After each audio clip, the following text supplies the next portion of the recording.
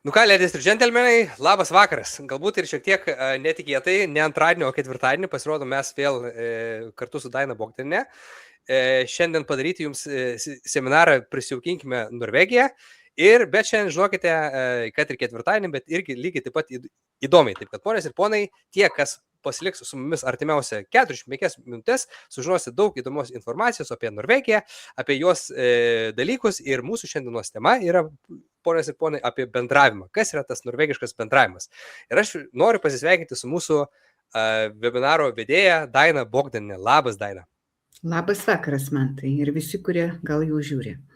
Labai smagu, iš tikrųjų, man su tavim leisti laiką, neįprastai antradienį, o ketvirtadienį. Aš čia ruoždamasis galvoju, va, antradienis, dar tai savaitės pradžia, bet šiandien ketvirtadienis, matai, tai labai gerai.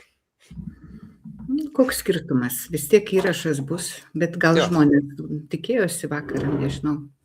Ne visada pavyksta. Teisingai, tai vat, šiek tiek ir patampykim likimą už mūsų ir šiek tiek žmonės priverskim luktelt mūsų. Taip kad, ponės ir ponai, tie, kurie žiūri transliaciją, paspauskite like būtinai, parašykite komentarą, dalyvaukite šitoj diskusijoj, nes ta diskusija yra gyva. Jeigu žiūrite tiesiog transliaciją, parašykite komentarą, galbūt jis išeis į eterį. Jeigu žiūrite pakartojimą, taip pat parašykite komentarą, mes komentarų skaitom. O man atrodo, Daina, ar mes turim kažkokią tai mini small talksą pasidaryti, pakalbėti apie praėjusią laiką, ar šokam iš karto prie temos? Nu tai kaip tu nori. Aš tai turbūt norėčiau pasidžiaugti, kad galų gale atėjo pavasaris į Norvegiją ir galų gale tas jau saulelė atkopdama būdinos vietą ir žiemos šaltos triusus pargriaudama juokės, ne? Taip. Va, o mes turim... Moky toliau dar. Taip, šalčio pramonė su ledai sugaišti pagavo ir visur putotam sniegs į nieką pavirto. Tuo laiku orai drugni gaivindami glos ir visokias žolelės iš numirusių šaukė. Krūmai su ledais išbūdino keltis, o kalnai suklonys pametęs krantas ir taip toliau. Tai va, ponės ir ponai, mes turim Mindaugą, kuris sako labas vakaras, turi Neringą ir su tokiu gražiu Donelaičio eilėraščiu mes pradėsim mūsų temą apie bendravimą norvegiškai. Gerai? Taip, ir aš noriu pasakyti, kad iš tikrųjų tas bendravimas mums atrodo labai paprastas, nes mes esame europiečiai ir atvažiuojame į Europos šalį, skandinavišką. Na ir ta šalis mums padaro pirmą įspūdį, po to antrą įspūdį, trečią įspūdį ir po to praėjus kuriam laikui, galbūt kai kuriem pasirodo, kad jie kažko tai nesupranta ir galbūt jiem reikia daugiau žinių, kad jie galėtų geriau bendrauti Norvegijoje. Aš savo darbe labai dažnai matau tokių žmonių, kurie nesupranta, kaip reikia bendrauti. Tai aš apie tai ir truputį pakalbėsiu. Tai kada užsienietis, man tai tu atvyksti į Norvegiją, bet iš pirmo žvilgsnio, kokia tau pasirodė Norvegija, pasakyk man. Man iš tikrųjų pasirodė tokia intravertų šalis, tokie žmonės lėti, viskas labai lėtai vyksta. Aš norėdavau tam tikrus dalykus padaryti, plus su savo renginiais kažką norėdavau padaryti ir aš esu linkęs kažkaip išspręsti reikalus čia ir dabar. Bet aš matau, kad taip visados parašydavau laišką ir tekdavo palaukti parą laiko, kad gaučiau atsakymą. Gaunu atsakymą, 3 minutės parašau ir vėl laukiu 2 paras laiko. Taip, pasirodė biškį tokių... Parą laiko labai trumpai. Jo, iš tikrųjų čia yra tikrai lėta šalis. Nuo daugiau bendraujant su žmonėm gatvėse, kaip tau pasirodė. Man, pavyzdžiui, tokių daug skirtingų dalykų, tokių, pavyzdžiui, pas mus kažkaip bendradarbiai kartu bendraudavo. Čia bendradarbiai tiesiog sustinka, padirba ir išeina pas savo draugus. Paskui man labai iš tikrųjų, žinai, kas paliko vieną įspūdį. Mes sportavom, aš sportau krepšinį, baigėsi treniruotė ir kaip tik mes persirenginėjom ir jau praktiškai aš aunuosi batus, o mano krepšinio kolega užsidėjo striukę ir jis sako, tai sako ate, o man beliko, aš užsirišinėjau batus ir jis sako ate, ir aš taip sakau ate ir jisai išėjo, aš per 10 sekundžių uždėjau striukę ir mes ėjom vienas paskui kitą, tarp mūsų buvo kokių 5 metrų skirtumas, bet mes jau buvom atsisveikinę ir tiesiog jisai priekėje, aš gale ir tiesiog buvom jau atsisveikinę. Tai labai irgi keista buvo taip. Jisai kuria teisė, Norvegas buvo, kuris taip, jis pasakė Hada, ne? Ja. Jo. Na tai tai aš irgi noriu pasiremti ir kitų turistų, ir kitų gyventojų užsieniečių pastebėjimais, kad norvegai daug kam atrodo ganėtinai šalti. iš pirmo žvilgsnio užsidarę, introvertai, kaip tu pasakėjai.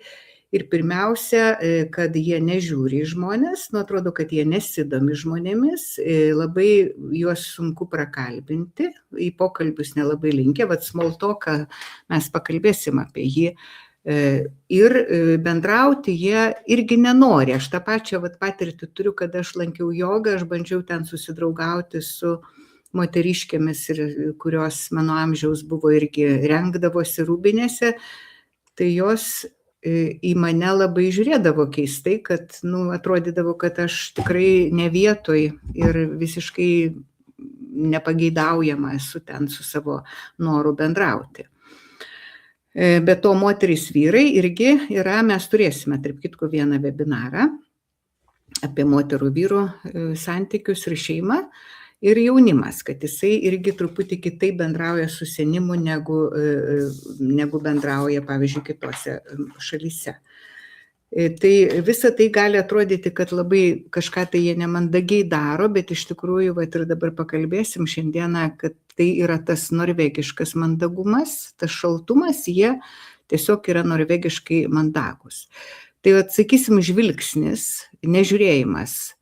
Ar tau nebuvo taip? Man, pavyzdžiui, ofise mano kiekvieną dieną praktiškai yra taip, kad tu ateini ir kolegos, su kuriais tu dirbi 18 metų, jie sėdi prie stalo, kalbasi ir į tave net nepažiūri, kai tu eini pro duris.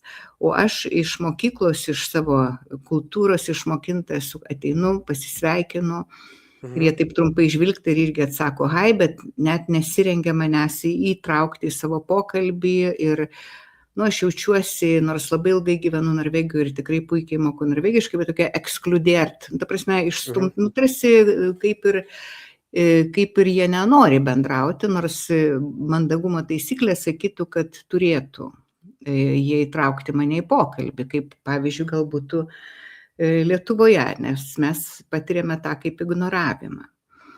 Bet o kitą dalyką, kokį aš pastebėjau, kad mes, kada atvažiuojame į Norvegiją, pirmi, antri metai, galbūt mes labai džiaugiamės, kad mūsų neskenuoja taip jau akilai norvegai, kaip Lietuvoje kartais būna, nežiūri, nenustatinėja mūsų socialinio statuso, ten turto ir dar kažko tai, jie tiesiog visiškai atrodo tavęs nepastebi. Ir pirmaisiais, antraisiais ir toliau metais tai gali visiškai kai kam patikti, kad mes esame tokie nematomi, tarsi jie labai mandagiai elgiasi, šypsosi, kai reikia, bet iš tikrųjų tu esi toksai nepastebimas, bet kada tu jau pasidarai kaip ir jie, tu galvoji, aš jau kaip jis, aš moku norvegų kalbą, aš noriu integruotis jau kaip reikalas. Bet to statuso tokio atvykėlio ir nelabai pavyksta atsikratyti netgi ir po labai daug metų, kai kam. Gali taip atsitikti. Tai pradžioje tas nematomumas galbūt patinka, o paskui jau jisai visiškai pradeda nebepatikti ir atrodyti, kad jie yra nemandagų, šalti, užsidarę, nedraugiški, arogantiški ir taip toliau. Čia daug kas taip apie juos kalba. Ir noriu tokį parodyti tyrimą, kurį padarė Lenkas, doktorantas Oslo universiteto, čia man atrodo 17 metais, nes tas mandagumo, nemandagumo ta tema visą laiką iškyla, ar norvegai mandagus ar nemandagus, nes jie yra kaltinami tuo, ypatingai atvykėlių, ypatingai imigrantų. Ir jisai sako, kad nesąmonė, nereikia taip subanalinti šito klausimo, nes norvegai yra savaip mandagus. Tai ką tu galvoji? Aš žinok, gal pasidalinsiu tokiu vienu pastebėjimu. Į Lietuvą grįžom. Čia kažkada prieš porą metų su savo vaiku ir žmona mano ėjo iš mašinos į viešbutį, ar iš viešbučio į mašiną, kažkas tokio buvo.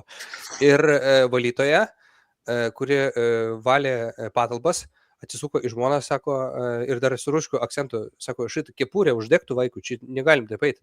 Ir taip žmona tai pasimetė, ką sako, kepurę uždėk, čia taip Ir negalima. Lietuvoje čia tai buvo, Taip, ne? taip, taip. Ir tas dalykas buvo toksai suvokimas, kad Norvegijoje mes niekados jokio komentaro nesam sulaukę, o Lietuvoje taip kažkaip taip labai keista buvo.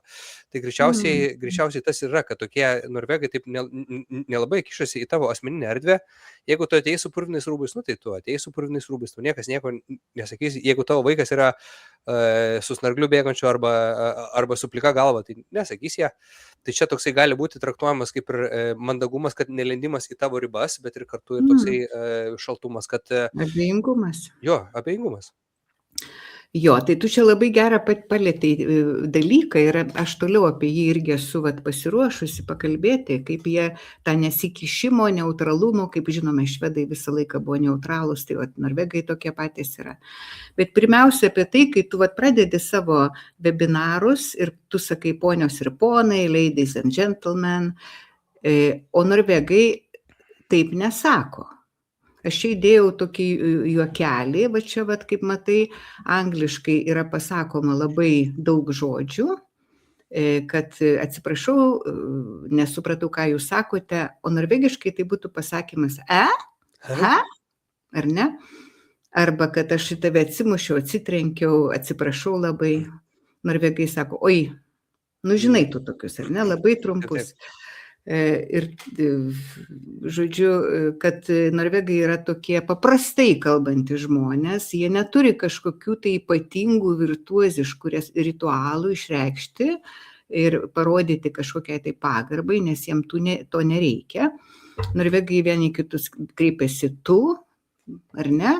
Mes jau apie tai irgi kalbėjome. Aš kada atvykau į Norvegiją 90 metais pirmą kartą, tai čia prieš daug metų, buvo premjerė Gro Harlem Brundtland ir aš mačiau jos interviu per televiziją, nes tada kaip tik Lietuva atsiskrinėjo nuo Sovietų Sąjungos ir mane domino, aš buvau truputėlį pramokusi norvegų kalbą ir man atrodė, kad labai keista, kad žurnalistas atkiša Gro Harlem Brundtland premjeriai mikrofoną ir sako jai, du, Gro, va tenker du om, kažką tai ten paklausė, ar ne?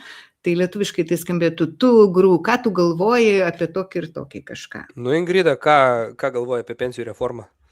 Arba, sakysim, Gitanai, ką tu manai apie dabartinius įvykius? Tai, nu, mums skamba. O kaip norvegų kalboje būtų dėrė? Va dėrė tenkerė? Di. Di? Vadį? Dėrė, tai yra jūs, nu, daugiskaita.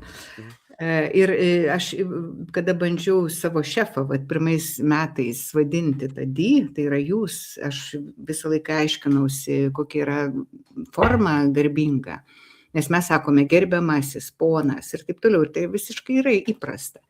Tai mano šefas, kuriam buvo tada gal 5 metai, jisai labai supyko, kad aš norėjau jį vadinti norvegiškai jūs ir jisai pasakė, ką aš toks senas, kad tu mane čia jūs vadinsi, sako, baig čia tyčiotis.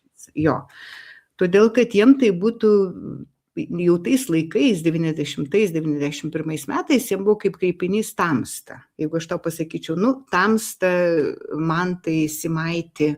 Aš sakyčiau, kad aš galvočiau, kad prisidirbau kažką. Jo, tyčiojasi, čia yra sarkazmas, ar ne? O kaip tu, Daina, galvoji, pavyzdžiui, tie dalykai, ar jie yra visoje Norvegijoje visas tas bendravimas toksai, ar čia tik tai regioninis dalykas? Nes, pavyzdžiui, čia visoje Norvegijoje. Visoje Norvegijoje. Aš taip įsivaizduoju, kad, tarkim, Oslas nuo Norvegijos skiriasi, nes Oslas yra multikultūrinis miestas, jau daug metų turi emigrantų atvažiavusių daug, bet, pavyzdžiui, ten kur nors provincijoje, ten kur nors su visa derama pagarbą Vestfold, Ostfold, Trondelag, ar visas kitos vilkės, tai jos šiek tiek tokiais tikresni norvegai yra, jie tokie konservatyvesni, manau, turėtų būti. Kažkur tai kitur, nuo tolios, ne Osle? Ne, man atrodo, kad visur tai yra tas pats.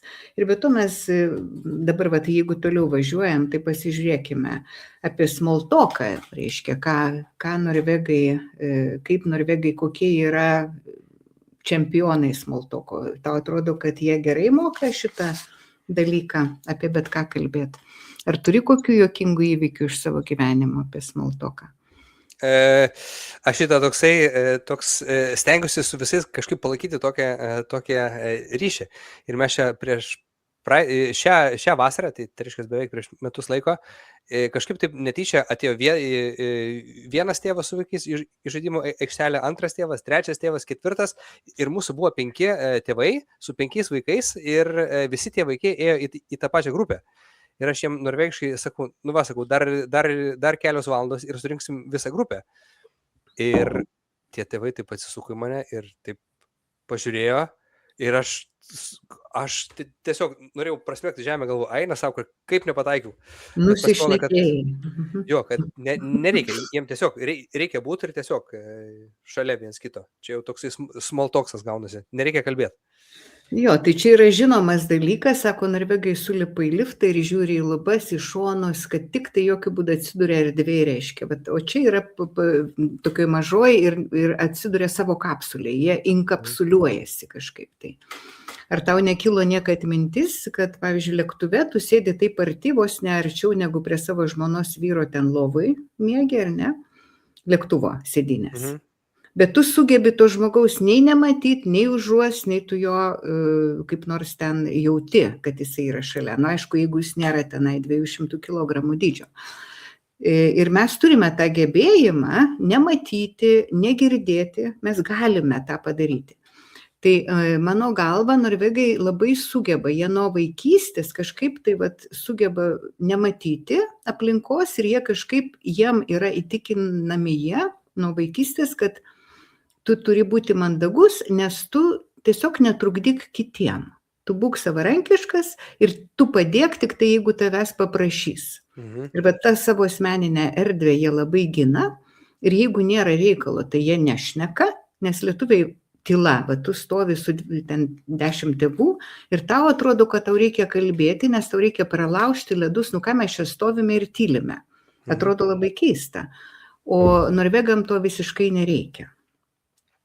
Aš galiu papasakoti iš savo atsiminimų apie Lietuvos, tai yra lietuvių Norvegijos bendruomenę, kai aš buvau 2001 iki 2012 metų pirmininkė ir mes darydavom renginius ir ten ateidavo lietuvės moterys su savo norvegais vyrais. Tai tie norvegai vyrai stovėdavo pasieniuose, žodžiu, nekalbėdavo vienas su kitu, ten reikėdavo gal 5 renginių, kol jo ima bendrauti. O lietuvės moteris iš karto puldavo, ble, tenai kalbasi, tokia vištydė pasidaro, visos kalbasi, lietuviai taip pat vyrai, aišku, irgi kalbasi ir visi kalbasi. Ir mano vyras, kurį aš irgi ten atsivesdavau, irgi ten stovėdavo ramstydamas sienas. Ir po to jisai manęs klausė, sako, o tu jie seniai pažįsti tuos visus žmonės? Sakau, ne, pirmą kartą pamačiau. Tai jisai sako, jūs ten pykotės ar normaliai kalbėjotės? Sakau, normaliai mes kalbėjomės. Taip iš šono atrodo. Jo, nes mes visi klegam, gestikuliuojam, nors lietuviai irgi kuklus ir labai tylus, kaip ir yra žmonės, bet palyginus norvegais ne taip. Na ir jis niekaip nesuprasdavo, apie ką mes kalbėjomės. Ir aš negalėdavau atsiminti, apie ką būdavo ta kalba. Tai small talk nėra pas norvegus ir jie labai dar tą atstumą labai gerbia. Ir tą akių kontakto jie neturi, nes tiesiog tai yra lindimas į kito erdvę, spoksojimas yra blogai ir jeigu jie žiūri, tai tarsi tu kažkaip tai pažeidi kitą žmogų ir smalsumas tavo nepateisinamas. Man, žinai, koks yra didžiausias, turbūt pats norvegiškiausias dalykas, kad langai neturi užuolaidų. Tiesiog, jeigu tu nori, tu gali kiaurai žiūrėti į visus namus, bet niekas nežiūri, nes nemandagu yra žiūrėti. Iš tikrųjų, čia yra kitas paaiškinimas, nes jie kaip ir rodo, kad jie neturi ką slėpti, taip jie sako. Kai namai be užuolaidų, nes jeigu tu užsidangstysi užuolaidom, tai reiškia, kad tu kažką ten slėpi, ar ten kažkokius pinigus skaičiuoji, ar dar kažką darai neleisti. Tokia labai atvira visuomenė, tokia permatoma jinai turi būti. Na ir dabar tokį įdėjau čia paveikslėlį, tai aš atsimenu, juokėmės COVID laikotarpiu, kai COVID laikotarpiu buvo nustatyti 2 metrai atstumas, o po to, kai jisai baigėsi, tai norvegai juokaudavo, kaip gerai, ačiū Dievui, nebesame mes priversti būti per 2 metrus viens nuo kito, galim jau eiti į savo 5 metrų atstumą norvegišką.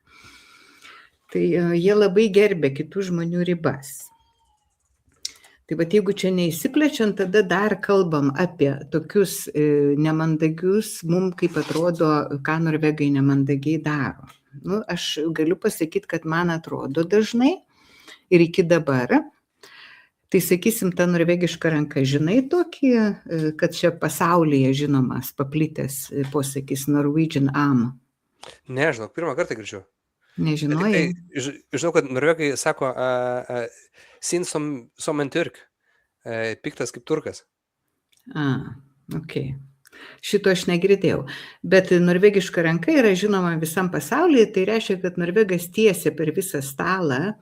Oi, čia atsiprašau. Tiesia per visą stalą ranką pasimti kažką tai, pavyzdžiui, ten druską arba duoną, jisai nepaprašo šalia esančio asmens, kad jam paduotų. Ir tas labai keista yra. Bet norvegas nori būti mandagus norvegiškai, nes jisai nenori trukdyti paprasčiausiai. Bet taip vaisai.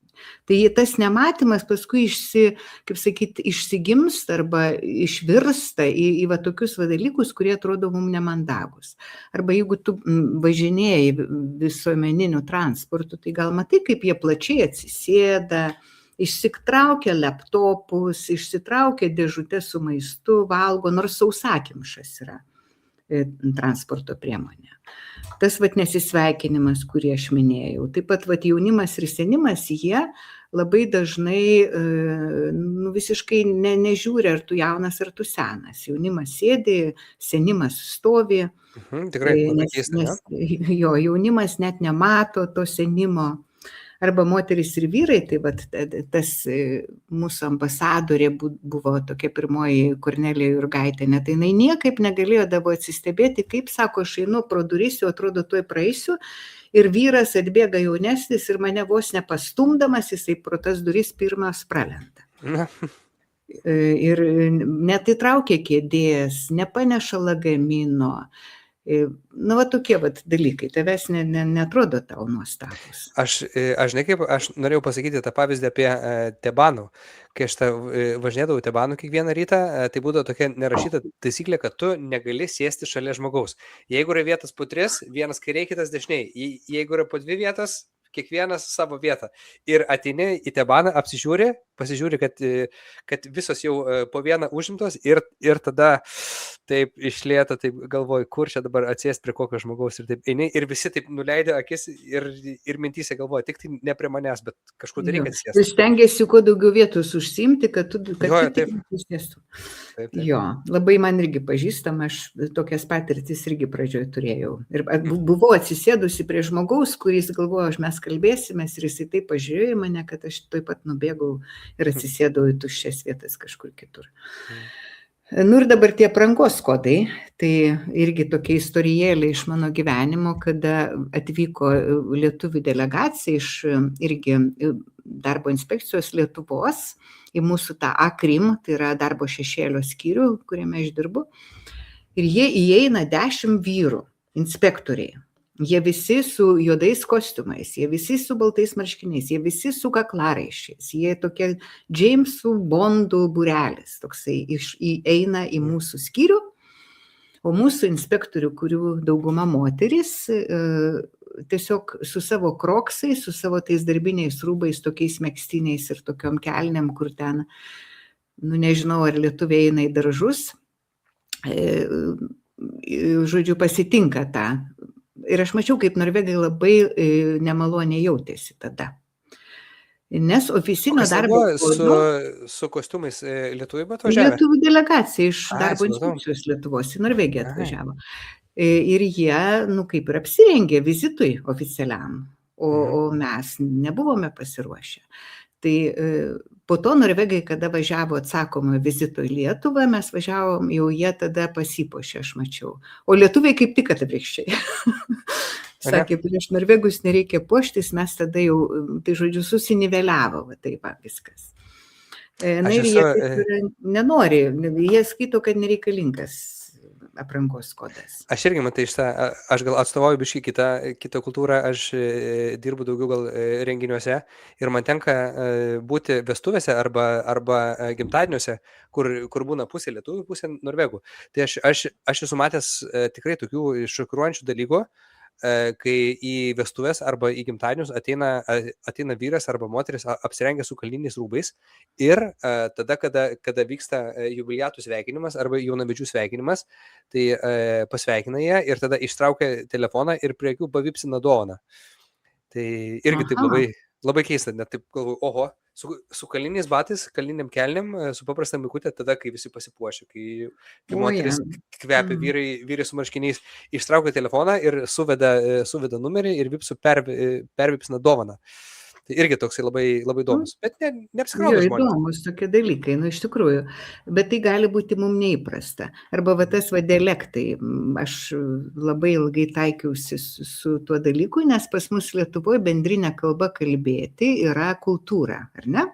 Visi stengiasi kalbėti bendrinę kalbą, nors dabar jau ir žemaitiškai, ir dainuoja, ir ten viskas yra labai gražu ir faina.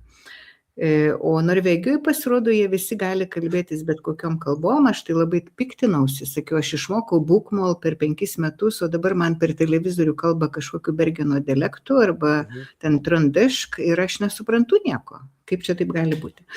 Tai va šitie dalykai mus gali stebinti, manieros tokios, tai jeigu aš tokią padariau lentelę truputėlį, ir aš galiu, dabar paaiškinti, kad mes žiūriu, kad vėl labai daug laiko, visą laiką viskas užima mums kalbėtis. Tai noriu priminti, kad Norvegijoje yra ta egalitarinė kultūra, tai yra lygybės kultūra ir savarankiškumas yra labai didelė vertybė. Tai reiškia, kada žmogus savarankiškas, jis ar ten bobutė yra, ar tai yra moteris, ar jinai nėščia, jinai turi būti savarankiška ir žmonės nepuls jai padėti, todėl kad gali būti, kad jinai įsižeis. Galbūt jinai labai yra geroj formoje ir visiškai to nenori. Tai jeigu žmonės ir, žodžiu, gal norėtų, tai jie laukia, kol jinai paprašys. Na ir tas Jantelioven viską yra persmelkęs ir kad tu nesi geresnis, tai tavo netgi geros manieros gali būti atrodyti Norvegui, kad tu nori susireikšminti. Nes jeigu tu ateisi į kažkokią tai vietą ir tu staiga imsi vaidinti džentelmeną, kuris puola apvilka moteris paltais ten, patraukia jom kėdes, galantiškai elgesi, sakys, klausyk, kas čia jam yra dabar? Seksistas, ką iš čia nori dabar? Žodžiu, gal seksualinis priekabiautojas. Gali būti tokių vertinimų. Jie nenori, pas juos yra bendroji kultūra, būk paprastas. Ir kaip čia aš apačioje parašiau, mandagumo suvokimas, tai norvegam netrukdyti kitiem, gerbti erdvę, o lietuviam yra atvirkščiai, parodyti dėmesį ir užleisti, padėti ten vietą. Ir dėl to šitie skirtingi suvokimai gali tikrai privesti prie kultūrinių avarijų. Tas labai svarbus dalykas, nes netrukdyti kitam gerbti jo erdvę labai toksai norvegiškas dalykas, o lietuviškas mandagumas parodyti dėmesį, užleisti, padėti. Irgi toks atrodo, iš mūsų perspektyvos atrodo, nori kažko gero ir pasižiūrė, ką tu čia dabar. Aš jau gyvenu Norvegijoje 12 metų ir vakar atsitiko tokia situacija, pasižiūrėjau per langą ir kažkas kieme atsitiko ir privažiavęs vikingo automobilis ir nori užtemti kaimynų automobilį. Ir aš pažįstu tos kaimynus, išeinu lauką, sakau, mano automobilis prie pat stovi, gal man patraukt? Jie taip žiūri mane, tai tipo, ką tu čia dabar? Sakau, gal man patraukt, gal trukdo? Ne, tipo, eik iš čia, mes sustvarkysim. O pasirodo, ten nereikėjo patraukti, bet mano tas mandagumas jiems taip kažkaip, ko tu čia lendi, kas čia mes tave kvietėm. Toks labai irgi toks. Labai teisingai, iš tikrųjų tai taip yra, nes jeigu reikia paprašys, jeigu nereikia, tu nelysk. Nes man daug kartų, aš galiu daug pasakoti tokiu atveju, iš tikrųjų yra atsitikę ir aš visą laiką, kaip sakant, nusvylu, bet po to ta mano lietuviška kultūra visada išlenda. Ir dar kitą noriu, kur aš šitoj antras tas lentelėje yra galios distancija, kaip mes atsimename, kad Norvegijoje yra maža ta galios distancija, visi lygus, ar ne? Tai, o Lietuvoje didesnė hierarchija ir pagarba vyresniam. Tai Lietuvoje tu tikiesi, kad jeigu tu vyresnė, tai mane ten labiau gerbs ir kažkaip tai atsižvelgs, arba jeigu aš moteris, tai kažkaip jo kitaip elgsis. O Norvegijoje šito visiškai nėra. Ir kitas dalykas, kas Lietuvoje mes visą laiką, žinok, bendraujame, aš tą dabar supratau, per kažkokį tai autopilotinį matavimą savo galios. Kaip jau kalbėjau vieną kartą su tavim irgi webinaro metu, vat ateini kažkur tai ir tu iš karto lyginiesi. Mes norime lygintis. Mes turime šitą dalyką savo genuose kažkur tai. Nes visą laiką nuo vaikystės mumgi sakydavo, pažiūrėk, koks tas berniukas, kaip gražiai jisai apsirengęs, pažiūrėk, kokia ta mergaitė, kaip jinai gražiai elgėsi. Norvegijoje tokių nėra. Man atrodo, tėvai tikrai nesako tokių dalykų savo vaikam. Nu, ne visi, aišku, gal kai kurie sako, bet man atrodo, kad nelabai taip paplitę yra. Ir dėl to mes lyginamės ir tada, jeigu netgi susėda draugai prie stalo, sakysim, kuris šmaikštesnis, kuris kažką daugiau žino, kuris ten turi geresnę mašiną, kuris ten dar kažką tai. Ar tau netrodo, kad mes esam taip truputį linkę į tokį dalyką? Jo, pas mus iš tikrųjų yra toksai ir net aš biškai apsipeikus su savo vaikystės draugu, nes mes kažkaip ilgą laiką nesimatėm, susitikom čia praeitą vasarą ir kažkaip jis pradėjo, taip aš kažkaip žiūriu ir jis taip ir jis, aš tą turiu, čia mano brolis ten gyvena, čia mes pirksim tą namą, mes čia tą. Aš sakau, ko tu čia dabar taip, sakau, tu valio. Ir kažkaip, ir paskui, kai pasakiau, tą supratau, taigi čia lenda mano jau norvegiška pusė, ta asimiliacija, kaip sako. Tai jo, labai. Bet aš manau, žinok, dėl kai kurių dalykų aš labai nesutinku, pavyzdžiui, dėl galios distancijos arba vyras moteris, gal pasakykim taip. Vis tiek visas tas pasaulis yra, visą laiką buvo taip, kad vyrai gal šiek tiek daugiau aukojosi arba padėjo moterims. Čia bandoma tas sumažinti, aš kažkaip vis tiek stengiuosi, jeigu matau nešę moterį su vaiku arba senesnį žmogų arba dar kažką padėti jam. O dėl nesilyginimo, tai man atrodo labai geras dalykas. Tas labai, labai padeda tokį išlaikyti. Nėra to Instagramo efekto, žinai, kad žinai, koks labai geras tostas yra. Tostas yra, sako, aš palinkėsiu tau, kad tavo gyvenimas būtų toks pat gražus, kaip kad tu Facebook'e rodai. Tai... Aha, nu aš nieko nerodau, tai tada reiškia. Tai viskas tvarkoj. Tai vat, ką pasakyti noriu, kad man tas Norvegijų labai patinka dalykas. Aš gal norėčiau iš tikrųjų įtraukti į diskusiją ir mūsų žiūrovus. Aš matau, 30 yra ir jūs kaip špokiukai tik tai žiūrit ir nieko nekomentuojat. Parašykite kažkokį tai pavyzdį, gal mes irgi aptarsim su Daina. Gal mes kažką neteisingai sakom, arba sukelia minčių kokių nors. Pasipykim komentaruose, bet iki tam tikro lygio, nes paskui užbaninsim jūs. Ne, gali sakyti, ką nori, visi turi teisę. Bet dabar pereinu prie tokio, reiškia, kaip tu sakei, pabarė tavo kažkokia valytoja tavo vaikus, kad jam kepurė neuždėta Lietuvoje, ar ne? Tai tas kišimasis į kitų žmonių gyvenimą yra irgi mūsų kultūroje. Ir mes, kada atvažiuojame šičia, mes atsivežam tą visą kultūrą ir labai dažnai mums norisi irgi kištis kai kur. Tau nesinori? Jo, iš tikrųjų, pradžioje tai tikrai buvo ten kažkas. Man tai iki dabar norisi. Niekaip negaliu.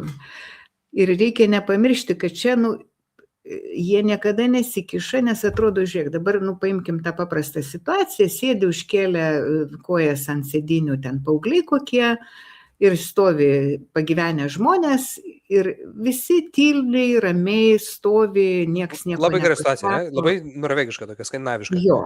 Patrauk kojas, atsisės žmonės. Jo, patrauk kojas pasakytų ir viskas, nesidėk išsikėtojas. Man kažkada pasakė, kai aš buvau vaikas, aš užsikėlus buvau kojas ant prieš mane esančios sėdynės, man pasakė kažkas, tai tu, sako, dar ant galvos tas kojas užsikelk. Iki dabar aš atsimenu šitą pastabą.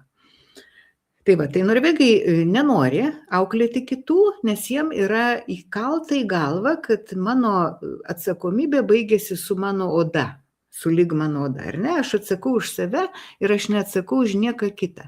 Kito žmogaus išsiauklėjimas, kojas, kuris jisai užsikels ant galvos ar ant sėdynės, čia yra jo asmeninis reikalas.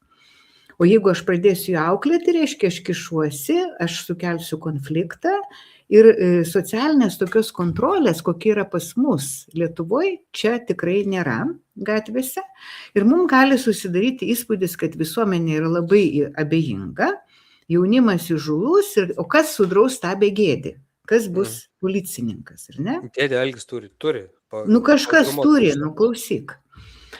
Tai vat visą laiką mums atrodo, ir aš iki dabar man dar atrodo. Tai dabar pažiūrėkime, kaip mes galim irgi užsirauti ant kažkokių tai kultūrinio avarijų, jeigu mes tiesiai šviesiai imsim rėžti akis, taip kaip mes pripratę. Tai norvegai, aišku, nepatiks jiem, nes jie nenori, kad ardytume harmoniją, kad asmeninis puolimas ten ant vaiko būtų ant tavo, pavyzdžiui, kažkokio. Tai lygybės vėl ta kultūra. Ir kas tada turi kištis pagal norvegus? Turi kištis pareigūnai, turi kištis atsakingos institucijos pagal nustatytą tvarką. Ir viskas. Aš dabar papasakosiu tokią istoriją, kuri atsitiko jau senokai, bet mane jinai pribloškė iki dabar. Atvažiavo į Norvegiją mano toksai draugas, gydytojas, ir jisai turėjo ateiti pas mane ir jisai neatėjo pas mane. Ir aš labai, žodžiu, nesupratau, kur jis yra. Jo, jisai neatėjo į svečius, jisai nepaskambino, aš jam skambinau, jisai neatsiliepė, žodžiu, kažkoks siaubas. Ir aš galvojau, kadangi dirbau vertėją, aš galvojau viskas, jeigu žmogus dingo Norvegijoje, jisai yra policijoje. Yra vienintelis, žinok, visada atsakymas. Ir taip ir buvo. Ir po to, po 2 kažkokių dienų, jisai man paskambino jau iš Lietuvos ir pasakė, mane deportavo. Tai aš galvoju, čia dabar, žinai. Ir jisai man pasakojo, jį nuvežė policija į oro uostą ir išsiuntė su lėktuvu. Gatvėje sutiktą žmogų? Ne, tai va aš tau pasakosiu, kas atsitiko. Jisai ėjo pas mane, buvo jau sutemę ir jisai ėjo ten tokia gatvelė ir pamatė 3 juodaodžius žmonės jaunus.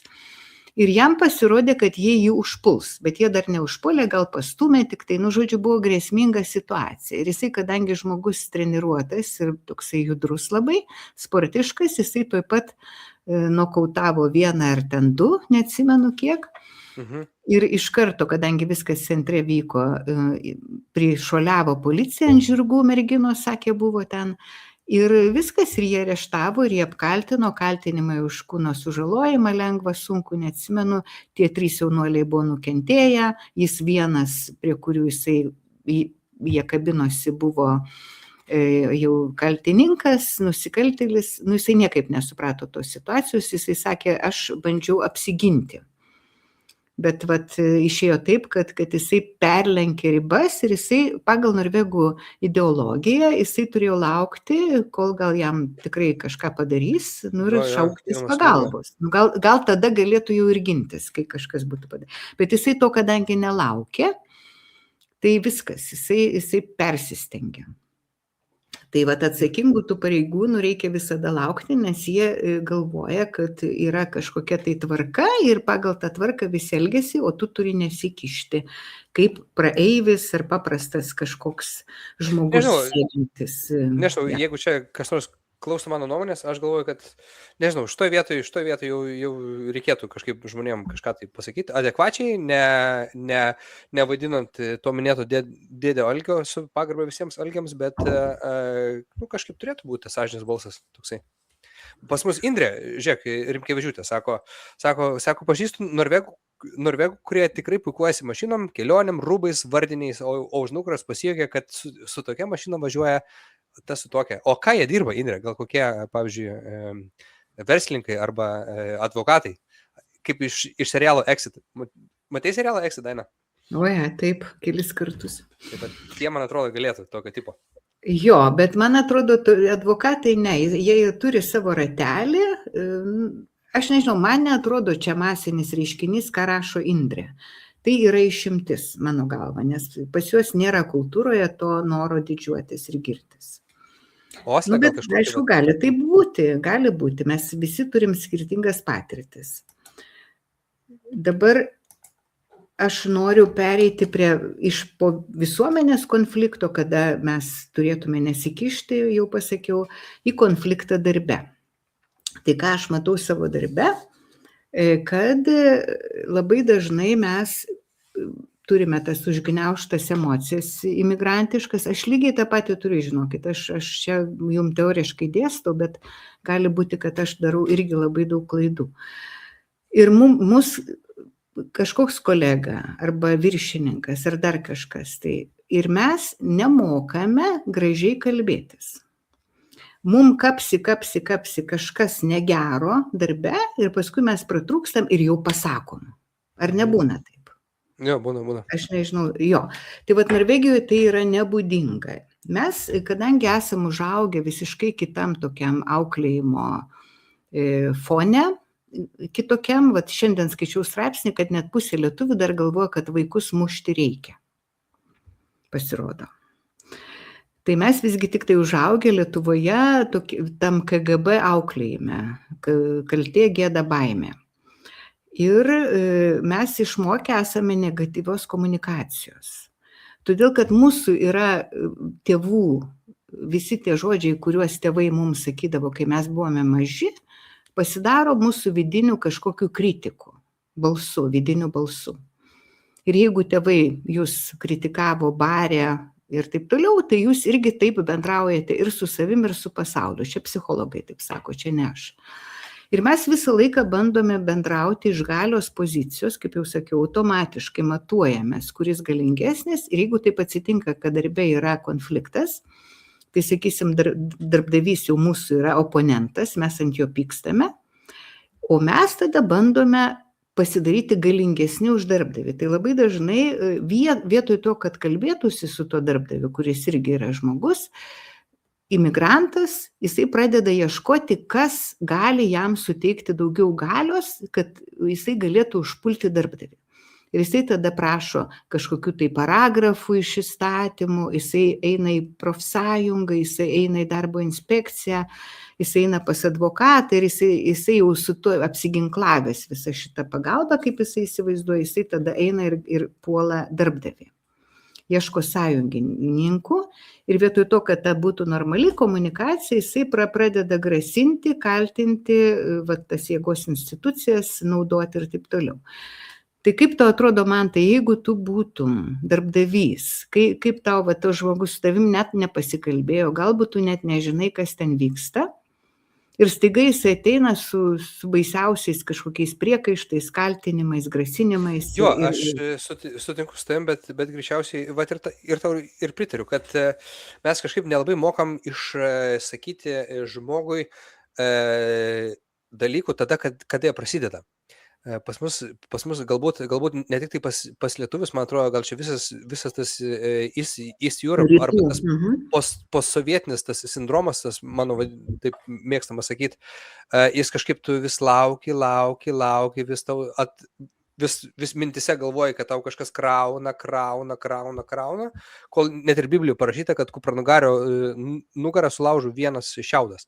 Tai reiškia, tas paskutinis šiaudas ateina ir vietoj to, kad tu pasakytum tam žmogui, tu eini kažkaip, kaip ir minėjai, per tą galios poziciją, profsąjungos, dar kažką ir užbombarduoji žmogų. Bet man atrodo, kad paprasčiau būtų tiesiog, kaip ir santykiuose su savo antra pusė, taip ir santykiuose su kitu žmogum. Gali pradėti tada, kada tik tai ant kupranugario nugaros atsiranda pirmas, antras šiaudas, o ne paskutinis. Tai vat tie dalykai. Aš irgi esu, žinok, pratrūkęs savo darbe, bet aš esu iš tikrųjų pratrūkęs teisingai ir ant Norvegijoje gyvenantis, bet jisai turkas buvo. Tai jisai toks, šiaip labai toksai nevykęs, kaip nevykęs, mūsų požiūriai labai smarkiai skiriasi ir jisai ten krovė, žinai, ir aš ten vis taip mandagiai buvau, bet jisai matė, kad jisai, nesakau nieko, tai aš pratrūkau. Paskui dėl to konflikto mes turėjom su jau Norvegai, žinai, tą pokalbį, bet man atrodo, jo, pagrindinis patarimas, ką reikėtų padaryti, tikriausiai stabdyti tada, kada tik tai prasideda tas dalykas. Jo. Pradėti nuo pradžių ir nelaukti, neprimarinuoti visų tų nuoskaudų, nes paskui ateina su didžiausiais popieriais, tas sakė, tą pasakė, ten kažką tai prirašiau, viską užregistravau, pradedu kaupti kompromatą ant savo darbdavio arba ant kolegos, kolega nepatinka, ar ne? Aš galiu papasakoti situaciją iš mūsų šeimos. Čia kažkada, kai mes tik tai su savo žmona susipažinom ir kartu pradėjom gyventi, ir aš ateinu namo, žinai, kažkaip ateinu namo, žiūriu, jau matau, kad bus reikalų, kažkas negerai yra.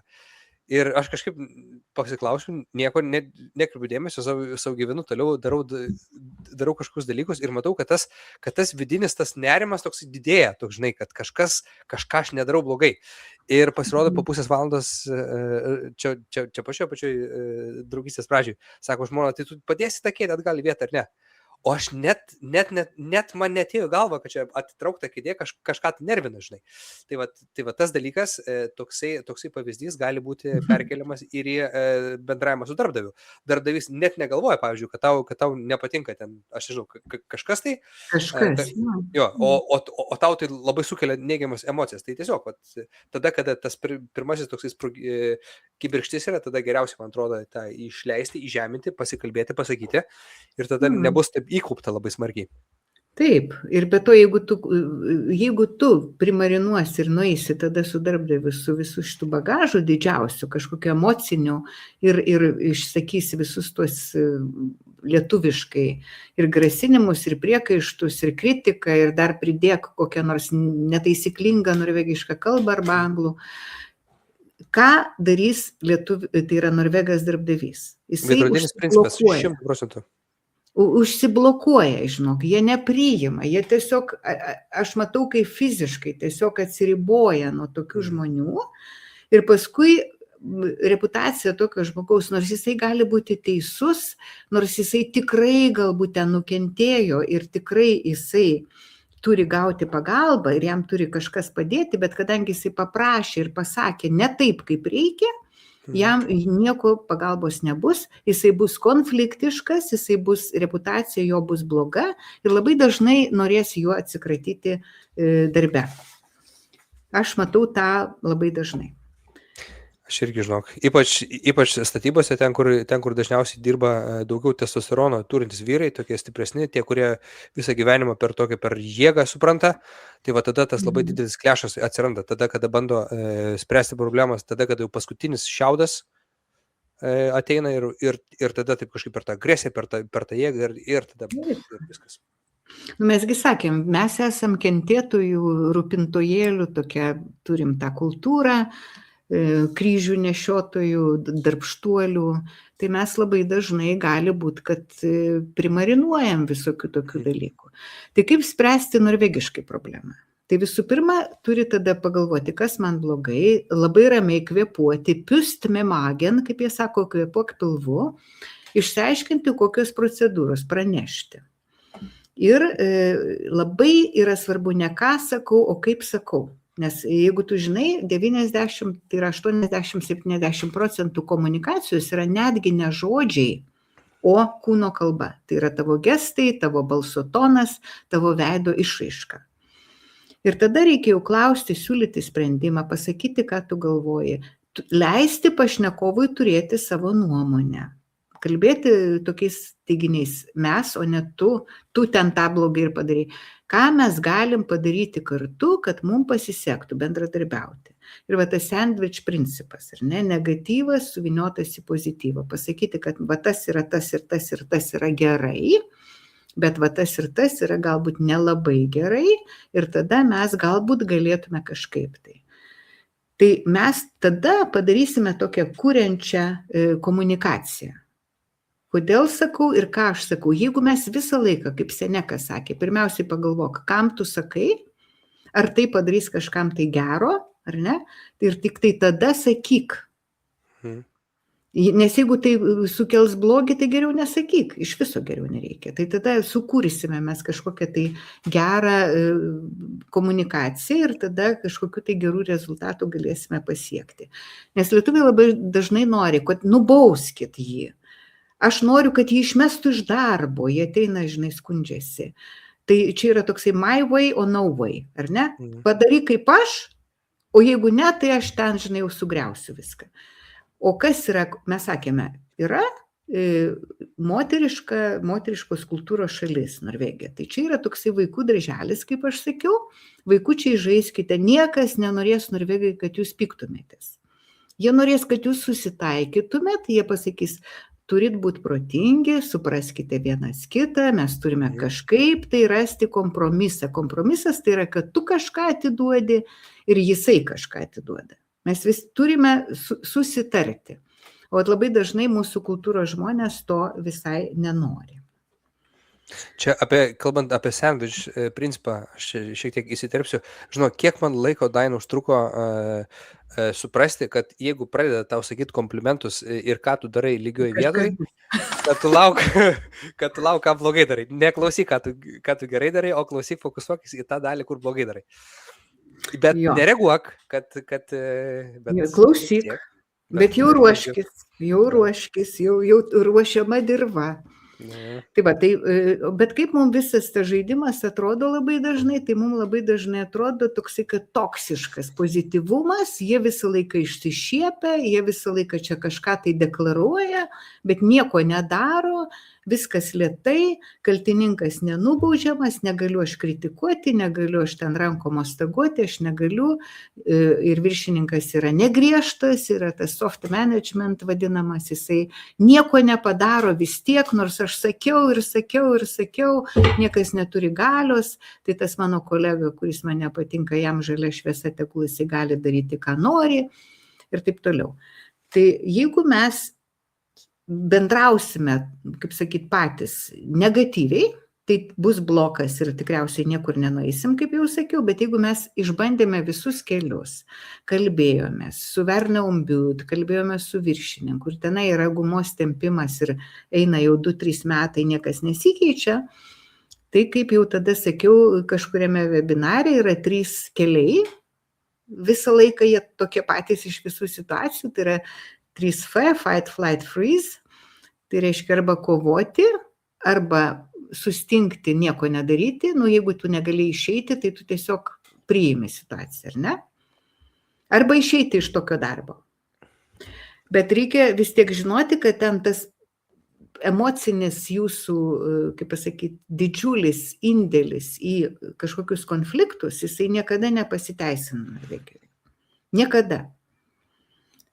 Kuo labiau didesnis yra draskimasis, nervavimasis, kaupimas kažkokių kalčių, tuo mažesnis būna rezultatas. Aš tą matau savo akimis visą laiką.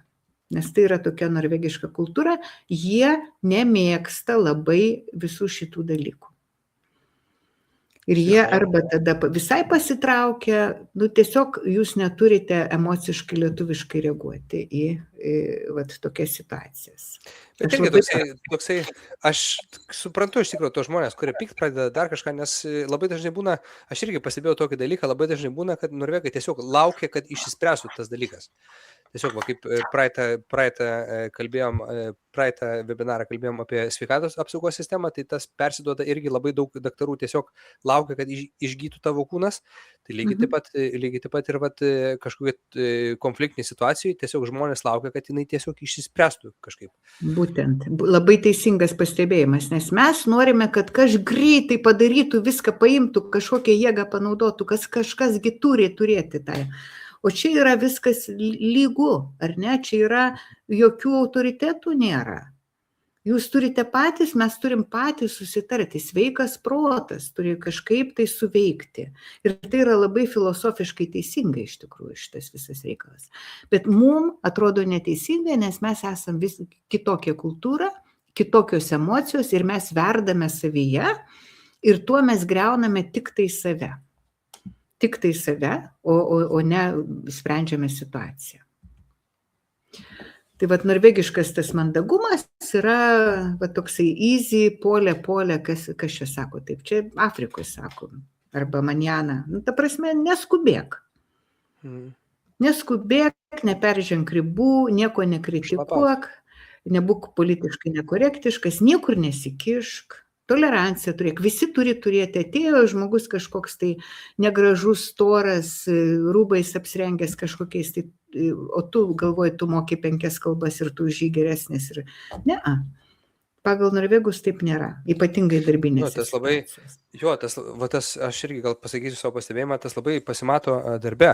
Pavyzdžiui, dirbu tokioje situacijoje, kai priėmė žmogų, kuris tikrai netinkamas buvo. Ir kiek jam reikėjo padaryti negerų dalykų, kad galų gale būtų priimtas sprendimas atsisveikinti su juo.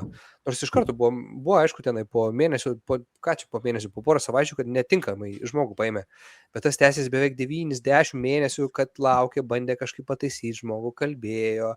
Ir to pasiekoje, kad po 10 mėnesių atsisveikinus su žmogum, bet tos prieš tai 10 mėnesių viskas buvo į minusą dirbama. Tai aš čia galvoju, tik tai patys jie išsikasa tokią, pasidaro tokią šuns paslaugą, kaip sako. Bet kodėl? Jeigu pas juos tokia kultūra, tai ką tam žmogui, tai gerai, jį bandė kažkaip tai perauklėti. Tam žmogui gerai, aišku, bet jeigu ta kultūra susiduria su piktybiškumu, tai aš galvoju, kad aš kažkaip kitaip spręšiu tuos dalykus, bet kai sako, jeigu gyveni Romai, tai elkis kaip romėnas. Taip, tai mes dėl to apie tai ir kalbame. Mes nesakome, kad čia viskas yra nuostabu ir mes paplojam katučių, bet kokiu atveju mes pakeisti kažko tai nelabai galime. Mes tiesiog turime nuspręsti, ar mums su šitą kultūrą gyventi ir prie jos prisitaikyti, nes jinai tokia yra, arba kažkaip tai yragi vis pasaulis didelis, ar ne? Taip. Tai mano čia viskas, aš jau viską pasakiau, ką norėjau.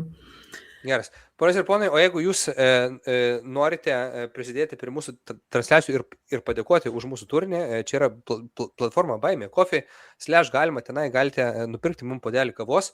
Nuo praeitos transliacijos Nijolė Balkienė mums vieną puodelį kavos padovanoja, Daina, tai galėsim atsigerti. Ačiū, Nijolė. Jeigu jūs norite irgi prisidėti, jeigu turite klausimų, parašykite kažką tai į komentarų sekciją. Jeigu norite padėti dar kitaip, tai pasidalinkite transliaciją arba paspauskite like. Tarp kitko, mes šitos visus webinarus sukėlėme į YouTube ir dabar yra tiek ir